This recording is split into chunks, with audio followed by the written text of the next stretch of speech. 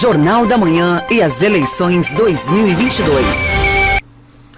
8h06, não perca essa hora, 8h06. E como todo mundo sabe, entramos na última semana da campanha eleitoral para este segundo turno das eleições. E em campanhas anteriores, os candidatos deixaram logo algo na manga para ser usado nesses últimos dias. Mas, nesses tempos em mídias sociais, todas as apostas parece que já foram feitas. E essa é a pergunta que eu faço para o Piara Bosque, nosso comentarista político que já está conectado conosco. O Piara, deve ser uma semana para intensificar as ruas ou não vamos ver este cenário, já que parece-me que as opções das redes sociais já se esgotaram? Conta pra gente, bom dia. Bom dia, Marcos, bom dia, Fernando. O que a gente vê é a intensificação das vinculações, né? Jorginho se vincula cada vez mais à candidatura de Bolsonaro, tem muita pouca margem para apresentação dele próprio, uma outra promessa, mas nada também que comprometa muito. Ele é favorito, ele venceu com alguma distância o primeiro turno e tem se destacado nas pesquisas no segundo, atrelado ao voto do Bolsonaro. Então ele força cada vez mais esse atrelamento e tenta ganhar a eleição sem se comprometer muito. A única promessa mais fora da curva é aquela de comprar as vagas do sistema CAF, uma promessa cara, são 2 bilhões por ano. Vamos ver como é que ele vai conseguir fazer isso na prática, mas ele não tem se estrelado muito. E a campanha do Décio também na mesma linha, uma continuidade da campanha do Lula. Quanto mais o Lula crescer em Santa Catarina, que é improvável, mais ele tem margem para crescimento. É uma campanha que não tentou ser aquela campanha que coloca, por exemplo, tenta falar com o eleitor do outro lado para se desvencilhar. É uma campanha praticamente do que ele fez no primeiro turno, de convocar o eleitor a votar 13 duas vezes.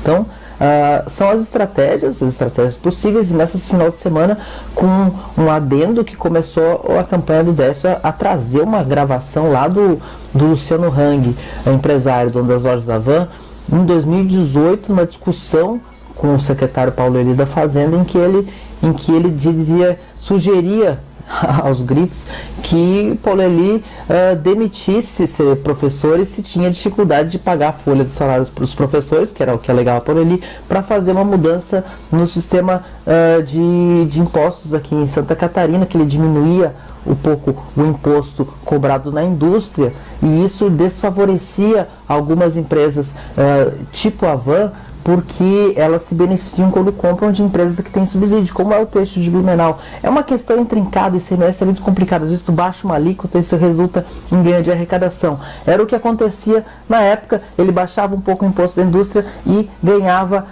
nas grandes redes de varejo. E o Luciano Hang reclamou muito, teve essa discussão, e essa discussão está sendo usada agora. Na época não foi aprovado, a Assembleia rejeitou, mas e houve essa discussão que se falava muito desse vídeo, desse áudio, existência desse áudio esses anos todos, e apareceu agora na campanha eleitoral tentando vincular o Luciano Hang como apoiador de Bolsonaro e de Jorginho, tentando chamuscar os dois. Vamos ver se vai funcionar, né? Mas por enquanto é o que tem de fato novo de reta final de campanha.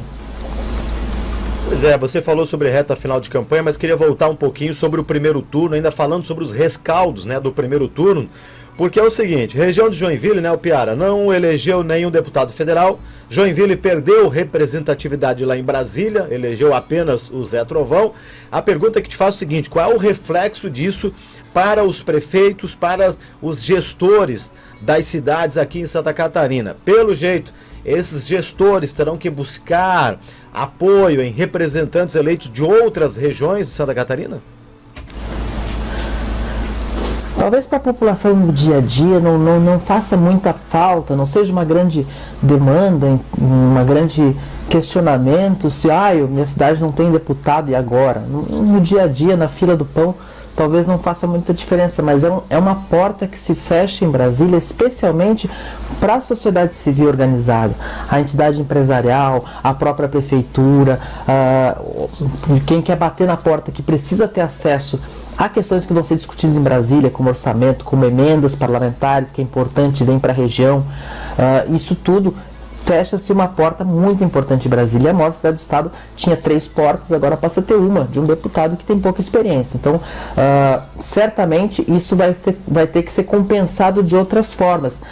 Certamente, deputados de outras regiões vão ver esse espaço que ficou aberto tanto em Joinville, que ficou com uma cadeira só, quanto em Florianópolis, que não ficou com nenhuma, por exemplo, e vão ocupar esse espaço, porque não existe vácuo na política, mas também outras formas de prestígio político vão ter que ser consideradas. Por exemplo, eu não duvido que, por exemplo, se o Jorginho Melo for eleito governador, que ele chame algum suplente, algum parlamentar para abrir uma vaga em Brasília para parlamentar, de Joinville, ou chame gente para o secretariado.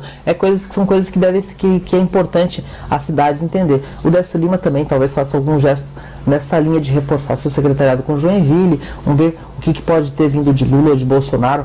Claro que é mais difícil um gesto nacional para uma cidade, para uma região do estado, mas são portas que se fecham e que precisam ser abertas de alguma forma. Como eu disse, assim, no dia a dia a cidade talvez não sinta, mas no final do ano, aquele dinheiro que podia ter vindo para uma obra estruturante por emenda parlamentar vai deixar de vir e outra região vai ter. Então isso faz falta no fim das contas, mas fica de aprendizado também. Joinville nunca sentiu essa falta porque acabava elegendo gente. Agora que ficou com menos cadeiras, talvez vamos ver a diferença que faz. É verdade, né, Piara? Grande abraço para você, muito obrigado, e que sirva de aprendizado, né, para o Joinville, para o joinvilense, para que nas próximas eleições consiga, né, se unir ainda mais para obter mais representantes, tanto na Câmara dos Deputados como também no Senado.